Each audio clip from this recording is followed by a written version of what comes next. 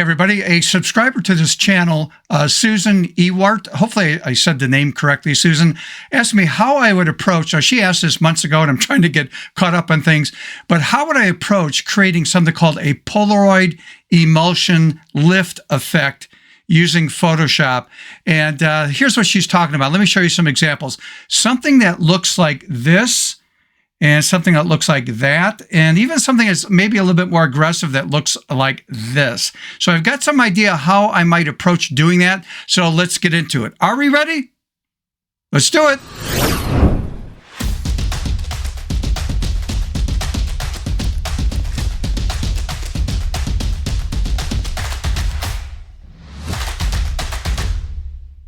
Hey everybody, welcome back to the channel. If you're new to the channel, this is dedicated to photography and as a photo artist pushing ourselves out of the box creatively. All right, so Susan, thank you very much for this. This is going to be a challenge. I'm actually going to go into the studio and do a shoot, but I'm going to share with you first what I'm going to do. And that is, I think what's going to work really well is taking fabric like this. Now, I tried to do this with like Kleenex, tissue, but it fell apart and didn't work really well and it was too translucent. And then I tried like paper towels, but same problem. It was too translucent and it would fall apart. So what I did was I cut up an old pillowcase I had and I cut it like this. So hopefully this shows up. And I also did one a little bit more aggressive. I think this is the one I'm gonna use because I cut it up into little pieces here. So hopefully, again, that shows up. And let me show you how I approach this. So let's jump into my home studio and let's talk about the equipment I use and how I'm going to proceed with this project. Are we ready? Let's do it. Hey everybody, so here in my home studio, I didn't want to use wireless strobes and softboxes because maybe you don't have that. So I try to keep things simple. And what I have here is just, you can go to any hardware store and just pick up a little lamp like this. I put a 75 watt bulb in there and that's going to be my light source. So when I turn this on, I want something that's really strong to give me hard shadows when I work on this. And then here's the fabric that I cut out. And I'm just laying it on this, well, I've got a wooden board here, but I also have a green plastic mat or something, just so the water doesn't soak in to the wood. And I've got a pitcher of water here, well, not a pitcher, but a small cup of water here. And what I'm going to do is I'm going to pour the water to wet this and sort of move it around to get the look that I want. Then I'll grab my camera and take a picture of that. So let me bring the camera in to show you what I'm doing. Okay, so what I'm going to do is grab the water and I just want to pour some water to wet this and I'm going to reshape it. So let me splatter that around a bit. Now I'm not concerned about the green showing through this because this is going to be eventually desaturated the color out. So this is going to be more on the gray side.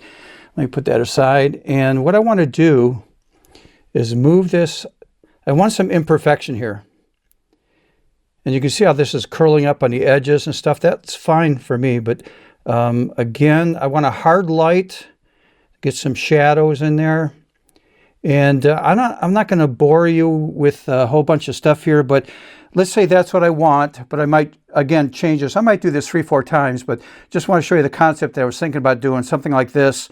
And then I might do 4 or 5 other, variations of this and photograph this. But let me grab my camera and take a shot and we'll take a look at it and then we'll go back to Photoshop. Okay, now that I have that wet and I'm going to grab my camera. Let's take the cap off. And I've got this set, so I'm using this floodlight. I think my ISO is at 1600, and I'm shooting at an f-stop of 5.6. I'll be shooting at a 35 mil. And with this light, my shutter speed should be really good. I'm shooting at aperture priority, so let me take a photo of that. And let's take a look at that. That looks pretty cool. So I'll put that on the screen so you can see that. What I don't want to do is bore you with me modifying this and taking more pictures. And then I'm going to pick out the one I'd like to use the best. So hopefully you got the idea what I'm doing here. And then I'm going to show you what I'm going to do in Photoshop. And hopefully this is going to work and come out with a really cool effect. All right, so let's jump in to my studio and let's get into Photoshop. Let's do it. All right, as I jump here into Photoshop, I'm going to break this up into two parts. The first part is working on the background first with the cutout of what I photographed. You get that set up first, and then I'll drop in an image and come up with the effect. A lot of trial and error here. I'm going to sort of play with this a little bit and see what I like best. And again, very subjective because, again, it's your vision on how you want to approach doing this. So first of all, let's just start up by going to the open dialog box. This is the raw file that I chose after I was manipulating and doing more and more shots. Toward the end, when I'm finished, I'm going to highlight some things that I learned that if I had to do this again, I would approach this slightly different. This is a stock image I just got from Adobe. It's free. So if you have an Adobe account, you can go to the free section. And this is just a paper background. So I'm going to use that. I might use it, I might not, but we'll see what happens. Well, I will use it, but I might change my mind. So I'm going to select both of those right now. And this is the image I'll be working with. We'll talk about that later. Select open, and that will open up both images. Now, because this is a raw image, this opens up first. And I'm going to do some tweaking and modifications here first before I bring this into Photoshop. So again, in camera raw here, let me go to the light category. And I'm just going to adjust my exposure and contrast. Let's see, I might want to up the contrast a little bit.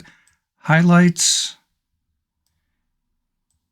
If I deepen the shadows a little bit, because I want to see some depth here. That's why I have all the little wrinkles in that. I don't want everything to be perfect. Let's pull up the whites a little bit. And then I'm going to go to effects. And what I want to do is I don't think this is showing up on YouTube, but there's texture here from the material. So what I want to do here, I don't want to go this way to see more of the texture. I'm just doing that so you can see it.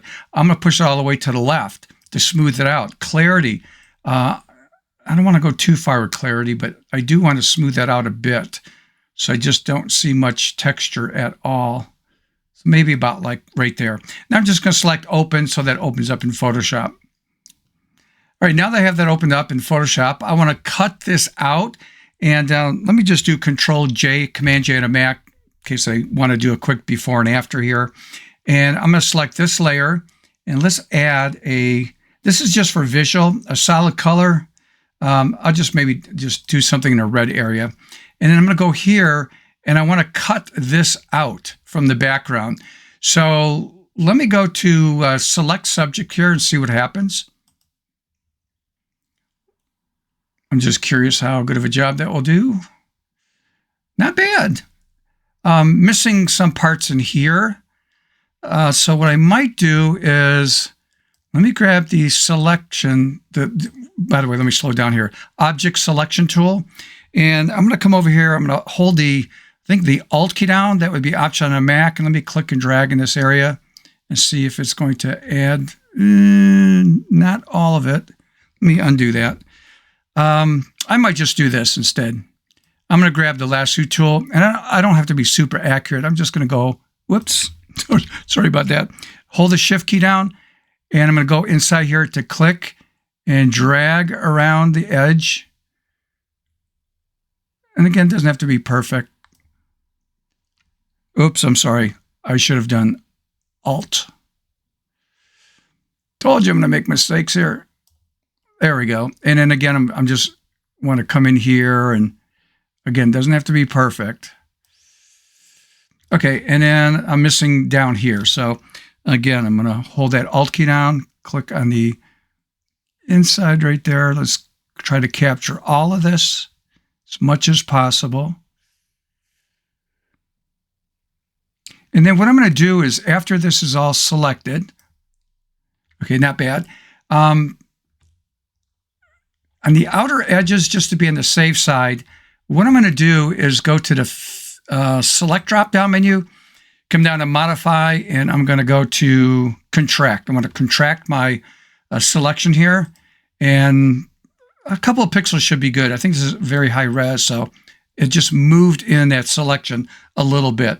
Probably you didn't even see that because, again, this is a high res image, but now that's all I'm going to do is Control-J or Command-J on a Mac. So again, Control-J, Command J on a Mac, and you can see that I cut this up to this layer. Now I'm going to hide this, and so we can see this. That's what I cut out. That's my visual. Don't need to see the background if you don't want to, but that's why I put the red there, just to see how everything's looking there, because sometimes it's hard to see if you're doing in this mode with the transparency. But now that I have that set, let me do some more fixing here. I'm going to do Control T, Command T on a Mac, and I'm going to rotate this a bit. And I'm thinking about doing more of a square outfit. Do I want it that?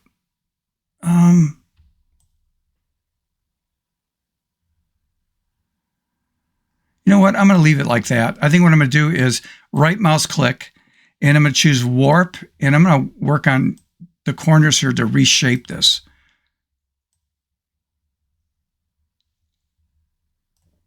And again, all this is, very subjective in how you want to do this.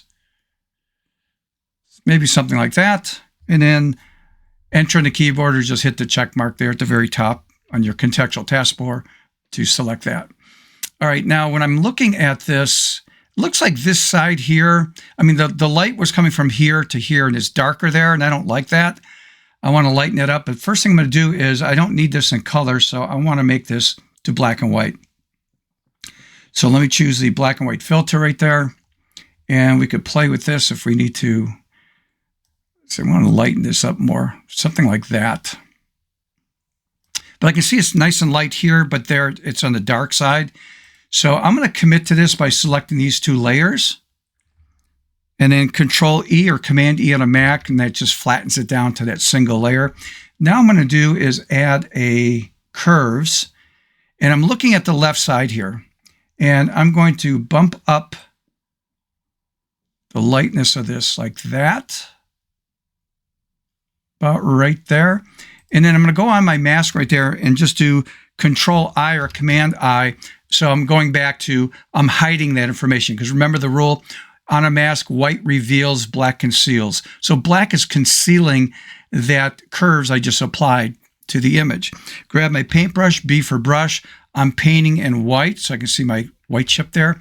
And I'm at 50% opacity, and I'm just going to swipe across here. And this is a soft edge brush just to fine-tune the look the way I want it, and try to equalize the brightness on the whole thing right there. So a lesson to be learned that I learned is I should have pulled the light back further so it would evenly light that piece of material. But hey, I didn't, right? So I got to fix it. Okay, now that I have that done, I'm going to do the same thing. Select both layers. I'm multi-selecting the two by just holding the Shift key down. Control E or Command E on a Mac. And then I'm going to take this to the background here. Now, when I look at the background, this is a stock image from Adobe, and I haven't checked image size. Okay, great. Good, like 24 and a half there by 16. So we'll say 24 by 16, 300 resolution. This is good, because maybe I will print this in the future. And I always want to stay, up in resolution. So that's acceptable for me. But I think what I'm going to do is, let me grab the crop tool. And that's not the crop tool, that's the crop tool, C for crop. Yes, I'm at a 1:1 aspect ratio. What I'm going to do is, let's move this in a little bit. I want to make this a square composition. And then enter on the keyboard to accept that. Okay, now I'm going to go back here, grab this layer here. See, I don't need the crop tool there. Just click and drag it to this tab, drop it in. Just choose yes. Control T, Command T on a Mac. And you could rotate this, resize this. I'm just going to hold the Shift key down because I can do this kind of thing. And let's say I want this to be visually about right there, and then enter on the keyboard. Okay, so that's a good starting point. And I'm going to pause here, and we're going to do the next session, and that is, let's drop in our image and come up with a certain type of look and feel with it. Are we ready? Let's do it. Okay, now I'm going to add our image to this composition and try to give it somewhat of that Polaroid Emulsion lift. One thing that's bothering me right here, let me just zoom in on this for a bit. This right here was never selected, the spot right there. So let me pull this over. Let me put this really big. I'm going to grab my lasso tool, and just do a little cleanup work there. So make sure I'm on the layer, proper layer, and then I'm just going to go in here, just go around here. Again, it doesn't have to be that perfect because we're zoomed in really big. And then I'm just going to choose delete on the keyboard to cut that out, and then Control D or Command D on a Mac to get rid of that. Okay, so now that that is done, let's pull back here a bit. You know, another thing, I don't know if you can see the texture pattern. Hopefully it shows up on YouTube. I think I'm going to apply a blur to that. So I'm going to go to Filter, Blur, choose a surface blur. Oh, no, I'm going to do not a smart blur. Sorry about that. Go back to Filter, Blur. I meant to pick surface blur, not smart blur. And just play with this a bit.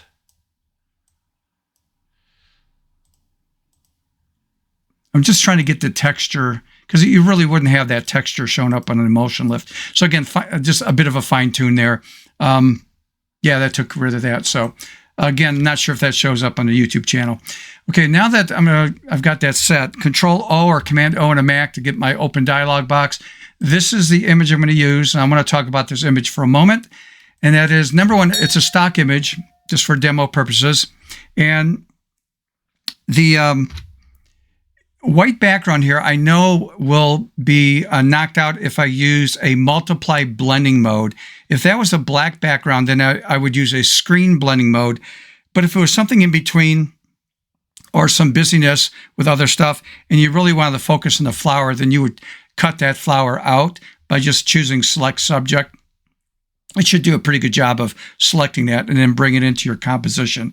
For right now, I'm just going to grab this, click and drag over here, and drop it in. Control T, Command T on a Mac to resize that. And I think what I'm going to do is I'm going to rotate that. Let me pull back a bit. And I'm going to make this much bigger. Maybe something like this. Then enter the keyboard. Okay, and that could all be readjusted. I'm sort of playing with this. Now, if I go over here to my blending mode and I choose multiply, notice how that just easily knocks out that white. And again, if I wasn't happy with that, then I would select the flower and cut that flower out. Now what I want to do here is, I could readjust this by Control T, maybe change my mind to readjust this. But again, notice how we're losing everything there on the outer edges, the petals and that. So what I need to do is I need to clip this layer to this right here. So what I'm going to do is I'll be on this layer, hold the Alt key down, Option on a Mac, hover between the two layers. It changes to a symbol with the arrow pointing down. I click down with my index finger on the mouse. So click, and there you go. It clipped it. Now again, you can move this around. If I do Control T again, let's pull back so we can see the whole image. Again, as I'm moving it around, you can see what's happening. So you would just reposition it the way you want it to be, the way you want it to look, and then enter on the keyboard to accept that. Now, here's where you're going to have fun with this. You could play with the opacity and pull that down. You might want it to be a little bit more washed out. And again, that's just affecting, if I pull this all the way, it's just affecting the image on top. But for right now, I'm going to keep that up there. But I'm going to play with this and do something on the image. So that's where I'm going to be. I'm going to go to the Edit drop-down menu, come about halfway down to Puppet Warp. Now let me zoom in on this a little bit. And I'm going to click here. It's like putting a thumbtack point right there. And if I click over here, and if I move this, see how that rotates? And I don't want it to do that. So I'm going to go click all over the place on these different petals to lock in that image. Now, if I keep clicking in different spots like this, I should get a warning that pops up that I'm going to run out of these. There we go. So I go, cannot add any new pins. Well, yes, you can. If you read further, you can increase the number by going to the density drop-down menu and choose more points. So this is what it's talking about. Click on OK. Over here on the option bar, there's the category it was talking about. In the drop-down menu, you can choose more points.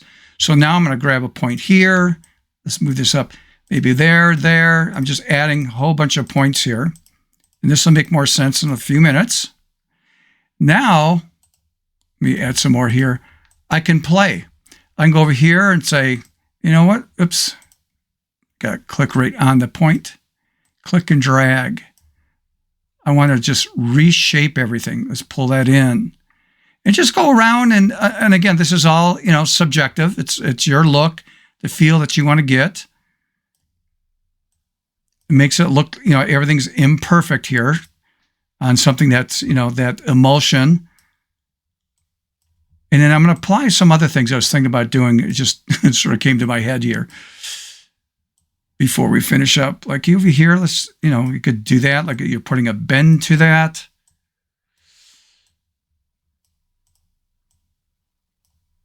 Putting in some folds. So again, let me just do this really fast. You put that in like that. So there we go. So again, I would keep working on this. I don't want to waste time, but hopefully you got the idea of what I'm trying to accomplish here. And when you're done, just go to the taskbar up there and just select the check mark to accept that. Now, I just had a thought. And this is, again, all experimental. I'm not saying you have to do this. I'm going to go to the top layer, Control J, Command J on a Mac, and I'm going to clip it.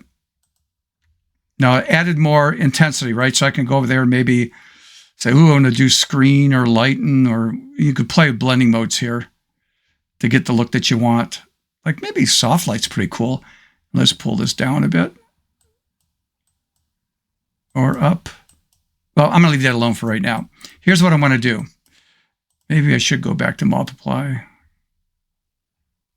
Yeah, I'll leave it alone on lighten.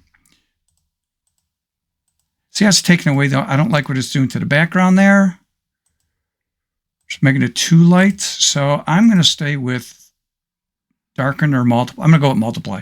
So I can just pull the opacity down if I want. But here's what I'm going to do. Again, I'm going to be on this layer, and I'm going to go back to Edit drop-down menu, come all the way down to Puppet Warp again, and I'm going to click in different spots, not as many. I'm just curious about this. Let's add more points. There's the drop-down. And what if I just did this? Nudge this out a bit. See what it's doing? It's just adding a little bit more imperfection. Whoops. Gotta make sure I'm on that spot. So hopefully that's showing up on the YouTube channel. I'm going to click there, this spot. Click on this spot. And again, I'm not going to do all of them, but you got the idea. As I'm doing this, it helps, I think, give it that more of a washed out look. So again, if I turn this on and off after I accept that, so got to go to check mark to accept that, let it render out, and then you can see what's happening there. Hopefully that's showing up. And then the rest is just, again, fine tuning. I'm not sure if I like this background. Let me just add just a solid white background. Ooh, I like that better. Again, personal preference. Or you might want to pull the opacity down to have part of that paper to show through, like that. Turn it on and off so you can see that. That might not be too bad. And again, this is, I'm shooting from the hip here. If I grab this, which is our entire background there, but I'm going to come down to effects, and I'm going to choose a drop shadow. Let that open up. Play at the angle over here on the side. Let me move this over here so we see this. So I can zoom in. The opacity, I wouldn't go, that's personal taste. I would pull that back a bit. Again, the distance, if you're going to push that out, that's way too far, but just a subtle little change, the size, maybe pull that back, or maybe blur that out. Yeah, maybe something like that. Again, this is totally optional. Let me turn it on and off just to add to that effect. It might be too much, but you got the idea, hopefully. And then you could play around with opacities here. If you want to give maybe an overall more of a washed look on everything, you could come over here, and again, I'm shooting from the hip, like I'm going to do curves again, and maybe pull up the brightness. Maybe put a good strong contrast right there. Control I, Command I on a Mac, grab my paintbrush, and maybe just paint white in the areas where I want to add a little bit more of a wash to that. So I don't want it to affect my background here and things. So let me over exaggerate this so you can see this. See what it's doing to the image. So you can sort of play with that a little bit. Let me pull all that out. Let me just lighten this up. There we go. Like almost like a wash effect. And it's only affecting that center part. If you look at the mask, there we go. So, Susan, hopefully this makes sense. I'm trying to give you some ideas. Let me do a conclusion here of what I learned and what I would do differently next time. But I did learn a lot. This is out of my comfort zone, by the way. I've never done something like, let's take an image, photograph it, and drop it in. So let's do a quick recap. And hopefully you're learning something. By the way, if you are, do me a favor. That is, like the video, subscribe. If you're not subscribed, hit that notification bell. Next time I upload a video, you'll get notified on that. All right, so let me get into my conclusions. Are we ready? Let's do it. All right, I want to highlight some of my thoughts about doing something like this. And again, Susan, I got to look it up again. I apologize. Ewart, hopefully I'm saying your last name correctly. Thank you for the challenge and asking me, hey, could I do something like this in Photoshop? And I've got other ones coming up, and some I'm sure I could do, and other ones I'm not going to be able to do. But let's talk about this project right here and what I learned and what I would do differently. By the way, let's just do a quick review here. This is what we started with. That was the image, and then this is the finished project right there. Number one, I learned that I should have done better on my lighting. I should have pulled the lighting back further. So the fabric that I use was actually covered more evenly, so I didn't have to fix that in Photoshop. Trying to eliminate, extra work if possible. Number two, I found that a fabric like from a, old sheet or pillowcase tends to work the best, because when I was thinking about using a Kleenex tissue or paper towel, it just would fall apart when I tried to scrunch it up and get some dimension in it, in the folds and stuff. It just was a mess. So this worked out really well. So I learned that. So if I ever had to do something like that again, I would do that. The other thing I want to emphasize is your ability to solve problems in Photoshop is really in direct proportion to how many tools and techniques you know.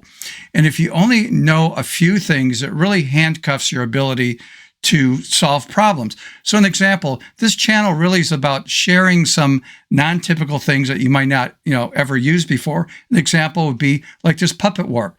I use that to, mold and modify and change the shape of the flowers.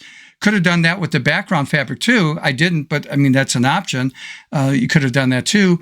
But I try to introduce, some techniques. And if that tool didn't exist, it's like handcuffing my ability to really say what I want to, accomplish and stuff. So I learned a lot from this. I had fun with this. I am, happy with the look of this. You might come up with a, different look, because all this is very subjective. But again, everybody, thank you for the patience on this. I had to break it up in sections. Fairly new at recording myself in the studio, so I'll probably keep doing more of that in the future. And let's try something like this. Let's get the camera out. Let's get creative.